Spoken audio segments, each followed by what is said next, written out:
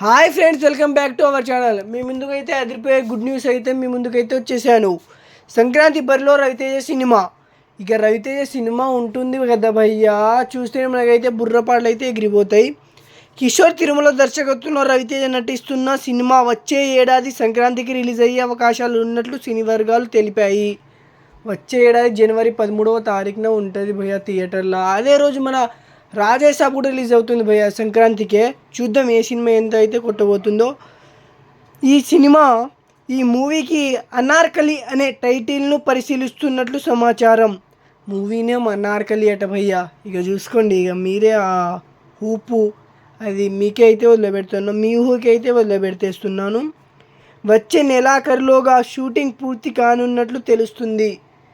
మా అయితే ఇంకో 2 to 3 months భయ్య షూటింగ్ అయితే అయిపోతుందట.